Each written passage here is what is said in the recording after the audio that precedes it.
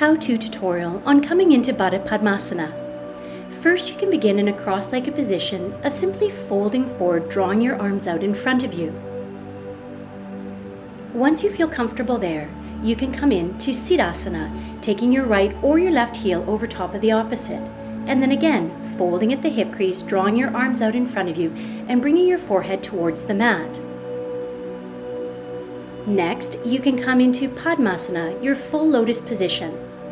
Once you do so again, folding at the hip crease, drawing your arms out in front of you, and bring your torso towards your legs and your forehead towards the mat. Once you're comfortable there, you may be ready to come into the full expression. Taking your left hand, bring your first two fingers around your big toe, and the same with the other, either bringing your chin or your forehead towards the mat. This is the full expression of the pose.